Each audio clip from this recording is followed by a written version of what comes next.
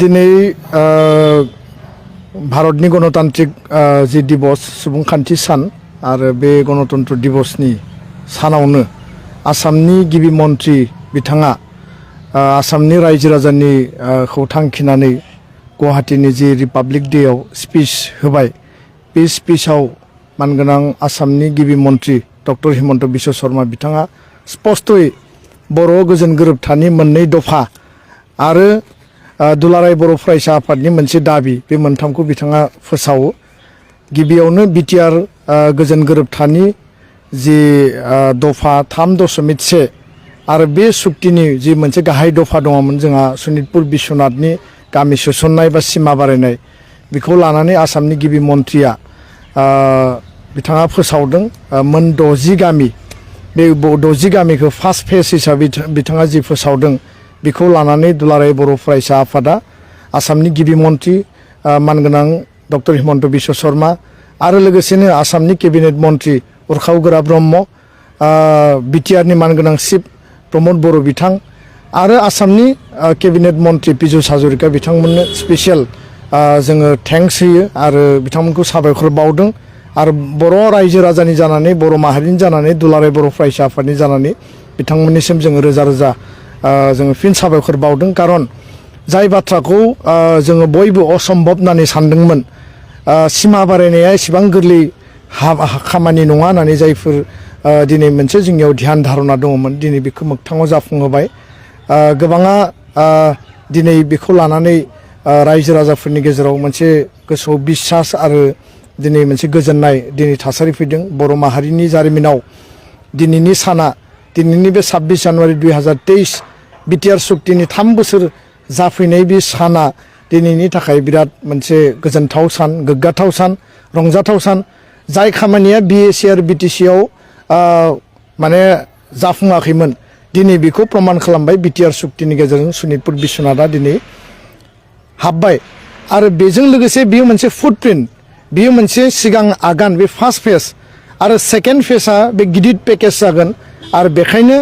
Revenue village forest village आरो एफआरसि village Sonitpur आरो बिश्वनाथ जिल्लानि आरो लोगोसे बिटिआरनि खोलाहा थानाय सुबा गामि जों जिखौ सरकारनो होनानै दोनदों बे गामिफोरखौ सोसननायनि थाखाय प्राय 500निबो बारा बे गामिफोरखौ सोसननायनि थाखाय फेब्रुवारि आरो मार्च दाननि गेजेरावनो मावफुंनाय जागोन बे बाथ्राखौ खोथा होदों आरो बेखायनो जोङो फोथायनाय लाखिनांगोन आरो जाय बिथांमोना दिनै जोंनि गेजेराव बेले बेजेबो बेबायदि थासारि दिनै साननो हानाय जे जोंनिया हाबासै जोंनिया थालांबाय दा बेखायनो आङो सनितपुर बिश्वनाथ आरो बिटिआरनि खोलाहा थानाय गासै गामिफोरनि रायजो राजाखौ आङो आर्नेस्टलि आपिल खालामदों जे नोंथांमोननि गामियाबो पर्यायक्रमे हाबगोन आरो बेखौ सोसननायनि थाखाय दुलाराय बर' फरायसा आफादा जोङो खामानि मावगासिनो दङ सरकारखौ नारसिनदों मालाबा डिबेट खालामदों आर्गुमेन्ट होदों आरो बिटिआर सरकाराबो बिनि थाखाय सागानगिरिफ्राबो खामानि मावगासिनो दङ दा बेखायनो 2001 परियालनो माने मार्टियार परियालनो जायफोर मुंख्लं नखर बिथांमोननो 5 लाख करि रां होनाया गाबोननिफ्राय आरम्भ जासिगोन अलरेडि 40 जननो होनाय जाखाबाय सिगाङाव नाथाय गाबोनो बे 27 जानुवारि बिटिआर एकर्ड डे खालि गाबोन होनाय हाबाफारिया आरम्भ जासिगोन लोगोसे दुलाराय बर' फरायसा आफादनि बारग' आफादगिरि आरो बर' माहारिनि बिफा बड'फा उपेन्द्रनाथ ब्रह्मनि जोनोम सानखौ 31 मार्चखौ फरायसा सान हिसाबै फालिनांगौ बेखौ जों आसाम सरकारनो गोलाव समनिफ्राय दाबि होबोदोंमोन आरो दिनै गिबि मन्थ्रि बिथाङा अफिसियेलि बेखौ फोसावबाय फैगौ 2023 मायथाइनि 31 मार्चखौ फरायसा सान हिसाबै गासै आसाम नाङै फालिनाय जागोन दा बेखायनो दिनैनि साना जोंनि थाखाय जारिमिनारि सान दिनैनि साना दिनै मोनसे गोग्गाथाव सान आरो बर' हारिनि जारिमिनाव जों जायखौ असम्भब होनना सानदोंमोन गोबां बादा बिगिनिनि गेजेराव जोंनि हारिनि माखासे गोथे सानग्रा जायफोर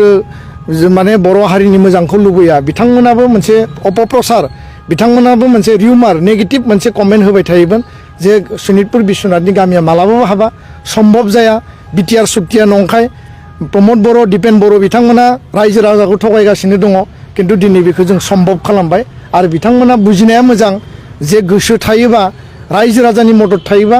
आरो गासै खामानिखौ जों जुदि राइट टाइमाव मावनो हायोब्ला गासिबो सम्भब बेखायनो आङो बे बाथ्राखौ बुंनो नागिरो जे दुलाराय बर' फरायसा आफादनि दिनैनि मट'आ जाबाय करेंगे और करके दिखाएंगे दा बे मट'खौनो लानानै एकर्डनि गासै दफाखौ जोङो फारि फारि मावफुंलांनो थाखाय सरकारखौ प्रेसार होलांगोन आल्टिमेट माने सिमासिम जेब्लासिम एकर्डनि दफाफोरा कमप्लिट जाया जों मालाबाबो नागारनाय नङा आरो सनितपुर बिश्वनाथनि जिखिनि थालांनाय गामि बेखौ सोस'नायनि बेलायाव जों एसेबो लेहेम खालायाबासिनो बांसिन जों खामानि मावगोन आरो बे समाव भारतनि गाहाय मन्त्रि नरेन्द्र मोदी बिथां आरो नखर मन्त्रि मानगोनां अमित शाह बिथांखौ आङो रोजा रोजा बर' हारिनि जानानै आङो गोसो गोरबोनिफ्राय साबायखर बावो गोजोन्थों। गाबोन जि बिटिआर गोरोबथा सान बेखौ फालिनायाव माबायदि फालिनांगौ जोंनि बर' माहारिनिफ्राय आरो मा खालायनांगौ सार? आङो गासै रायजो राजाखौ खावलायगोन जे बिटिआर गोरोबथाया बर' हारिनि थामथि गोरोबथा बिएसि गोरोबथा खालामबाय बिटिसि खालामबाय 6 सिडुलखौ बिथा खालामनानै बिटिआर मर एरिया एक्सटेनसन मर पावार बेयाव अट'नमिनि बाथ्रा लिरनाय दङ दा बेखायनो बेखौ जोङो मजबुत खालायोब्ला जोङो नेक्स्ट फेजनि थाखाय बा जोङो पुर्नांग मोनसे जोंनि माने उदांस्रिनि थाखाय बा जोंनि अधिकारनि थाखाय जों हाबा मावलांनायनि मोनसे थांखिखौ जों लानांगोन आरो बेखौ नोजोर बोनानै बिटिआर सुक्तिनि उनाव जे जोंनि ओनसोलाव सान्ति फैबाय पिसआ गायसनजाबाय आरो सान्तिनि गेजेरजों बर' हारि दानायनि थाखाय दुलाराय बर' माहारि आरो बर' फरायसा आफादा खामानि मावबाय थादों दा बेखायनो आङो गासै रायजो राजा जोंनि आइ आफा नोंथांमोनखौ आङो गोसो गोरबोनिफ्राय खावलायगोन जे गाबोन मोनाबिलियाव 4 बाजियाव जाहाथे बयबो गामि गामि दुलाराय बर' फरायसा आफादनि मावखुलि आरो जोंनि माने इन्सटिटिउसनफ्राव जाहाथे आलारि बाथि आरो मम बाथि सावनानै बिटिआरनि जे सान्तिनि 3 बोसोर जारिमिनारि सान बे सानखौ जाहाथे बयबो वेलकाम खालामो आरो गाबोन दुलाराय बर' फरायसा आफादनि बोसोरसालिया 52थि बोसोरसालिया जुथुम्माया गाबोननिफ्राय आरम्भ जागोन आरो बे जुथुम्माजों लोब्बा लाखिनानै बेलासियाव जोङो गासै सागानगिरि बिथांमोनखौ गासै एनडिएफबिनि सोमावसारग्रा मोनब्रै हान्जानि दैदेनगिरि इउबिपिअ आरो एबसु गासै ज' लोगो नांनानै जोङो गाबोन बिटिआर एकर्ड डे सेलिब्रेसन खालायगोन बड'लेण्ड फोथार रौतायाव आं बे बाथ्राखौ फोसावबाय आरो दिनैहाय मोनसे मोजां परिबेस फैबाय जे बिटिआरनि चिफ बिटिआरनि इएम एमसिएलए जाय सरकारानो फैया मानो दिनै संकसनिफ्राय गहपुरसिम बिटिआर ओनसोलखौ जौगानायनि थाखाय इन्सटिटिउसन गायसननायनि थाखाय फरायसालिफोरखौ जोथोन लानायनि थाखाय गासै जोंनि थांना थानाय जिउआव जिखिनि जोंनि जेंना जेंसि दङ बेखौ जौगाहोनायनि थाखाय हाबाफारि लानो थाखाय हासिगोन आरो संकसनिफ्राय गहपुरसिम बिटिआरनि चिफ इएम एमसिएलए बर' रायजो राजाया बिटिआर ओनसोल होननानै बेयाव दावबायनो होनो हानाय खुंथाय प्रसासन खालामनो हानाय गासै परिबेसा दिनै जानानै फैसिगोन दा बेखायनो बिटिआरनि बायजोआव थानाय बर' कसारि काउन्सिलनिबो माखासे जोंहा हाबा मावबावनांगौ दङ गामि जोंहा नटिफिकेसन होनाय समस्ति दानाय बिसायख'थि खुंनाय आरो मर पेकेज होनाय बे खामानिखौबो मावनानै बर' कसारि काउन्सिलखौबो जोङो गोख्रोङै गायसनलांनांगोन आरो जोङो बर' हारि दानायनि थाखाय बड'फानि आदर्शजों गेरेमसा माहारि दानायनि थाखाय जोङो अरायबो हाबा मावलांनो थाखाय जों फिन खेबसेबाव संकल्प आरो समायखेरा लानानै जों हाबा मावलांगोन आं दिनै बे बाथ्राखौनो फोसावबाय गोजोन्थों। 6.3 नि बेलायाव दासिम नांगौ बायदि जायाखै जोंनि प्राय एकर्डनि माखासे दफा इमप्लिमेन्टेसना फेस मेनाराव दिनै जागासिनो दङ आरो बेखायनो दिनै 6.3 भेन्सार स्कुल आरो कलेजफोरखौ सरकारि खालामनाय बेखौ लानानै आसामाव थानाय आरसिजेनि कमिटिया खामानि मावदों सोलोंथाइ मन्त्रि बिथाङा खामानि मावदों आरो 10टा कलेज जिखिनि 10टा कलेजखौ फोसावनांगौ बे कलेजनि बेलायाव बिथांमोना माखासे टेक्निकेल आरो माखासे क्राइटेरिया बेखौ जोङो रिलेक्सेसननि जिहेतु बाथ्रा होदों माने डिमान्ड खालामनानै दोनदों बे पार्टखौ बिथांमोना नायबिजिरबाय थादों आरो खोब गोख्रैनो बिनिबो मोनसे जों फिथाइखौ मोनगोन आरो होमब्लानो 10टा कलेजा जायोब्ला नेक्स्ट